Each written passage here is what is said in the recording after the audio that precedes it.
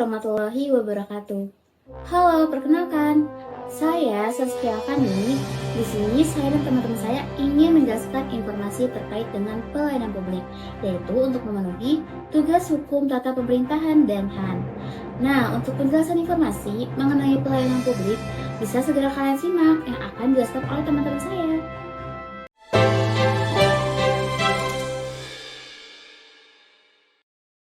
Baik, di sini saya akan menjelaskan pengertian pelayanan publik.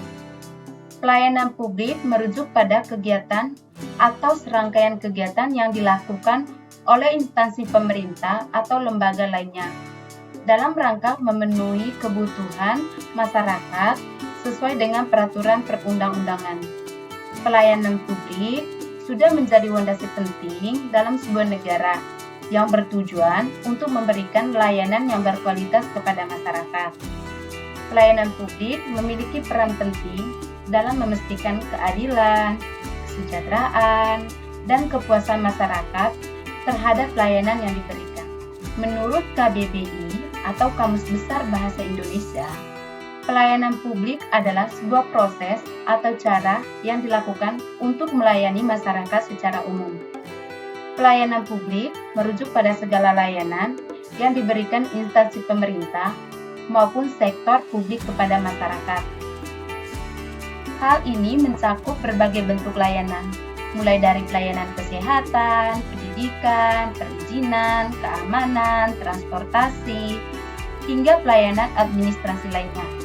Istilah ini juga mencakup kualitas, aksesibilitas, serta kesetaraan dalam pelayanan yang diberikan. Pelayanan publik tidak hanya sebatas proses administrasi, namun juga mencakup interaksi dan kualitas hubungan antara penyedia layanan dan masyarakat.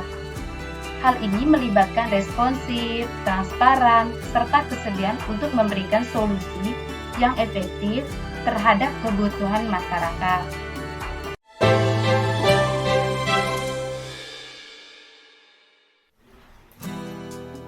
Tujuan pelayanan publik adalah untuk memenuhi kebutuhan masyarakat dalam berbagai aspek kehidupan dengan cara yang efektif, efisien, transparan, dan berkeadilan.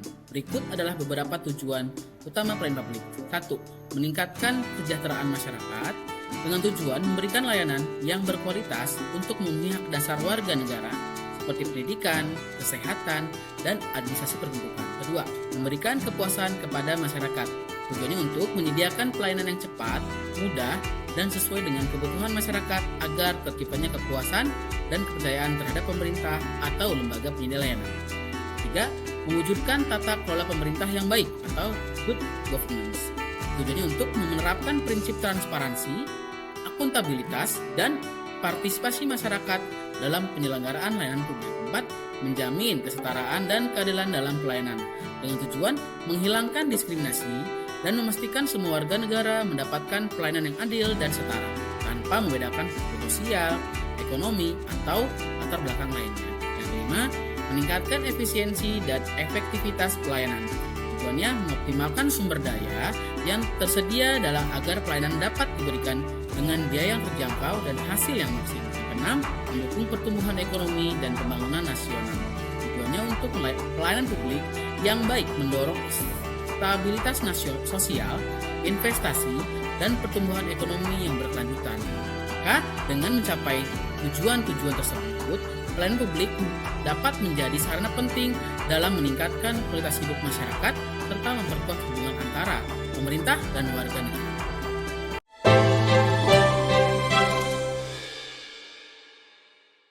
Baik, di sini saya akan menjelaskan tentang kegunaan pelayanan publik bagi masyarakat. Pelayanan publik sangat penting bagi masyarakat karena memberikan manfaat yang luas seperti yang pertama ada mempermudah kesejahteraan. Pelayanan publik yang berkualitas tinggi membantu memenuhi kebutuhan dasar masyarakat seperti kesehatan, pendidikan, dan keamanan sehingga meningkatkan kualitas hidup mereka. Yang kedua ada mempermudah akses. Pelayanan publik yang mudah diakses dan dipahami memungkinkan masyarakat untuk mendapatkan bantuan dan informasi yang mereka butuhkan dengan cepat dan efisien. Yang ketiga, ada meningkatkan transparan dan akuntabilitas. Pelayanan publik yang transparan dan akuntabel membangun kepercayaan masyarakat terhadap pemerintah, dan mendorong partisipasi aktif dalam pengambilan keputusan.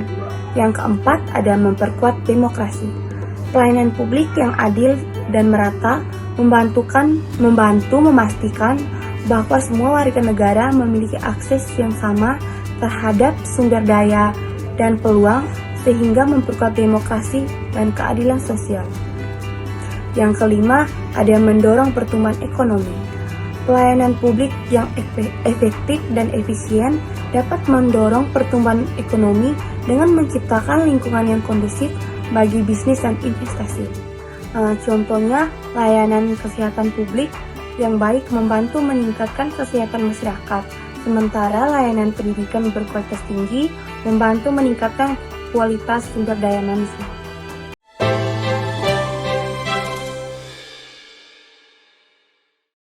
Oke, selanjutnya saya akan menjelaskan tentang contoh pelayanan publik yang sering kita temui di Indonesia.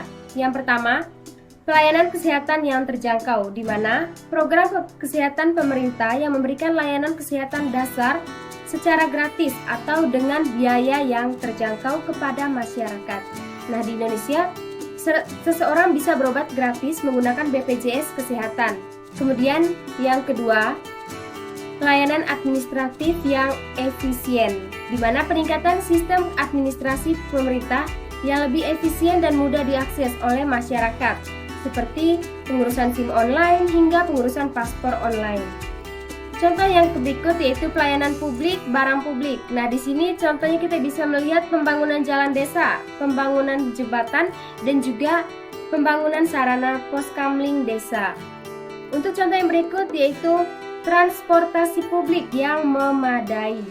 Nah, di mana peningkatan layanan transportasi umum yang lebih baik untuk memudahkan mobilitas masyarakat dengan biaya yang terjangkau, contohnya itu seperti busway, Jaklingko, MRT hingga LRT. Nah, itu contoh pelayanan atau transportasi umum yang memadai. Dan yang berikut yaitu contoh pelayanan publik, jasa publik. Ini terkait dengan pendampingan masyarakat desa untuk pengembangan UMKM serta penyediaan pemeriksaan kesehatan masyarakat kurang mampu. Dan yang terakhir yaitu contoh pelayanan pendidikan yang merata. Nah, program pendidikan yang memberikan akses pendidikan yang berkualitas bagi semua lapisan masyarakat tanpa memandang status ekonomi.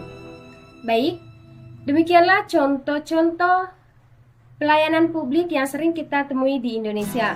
Nah, melalui pelayanan publik yang baik, diharapkan masyarakat itu dapat memperoleh akses yang merata terhadap berbagai layanan yang dibutuhkan untuk meningkatkan kualitas hidup dan kemajuan bersama.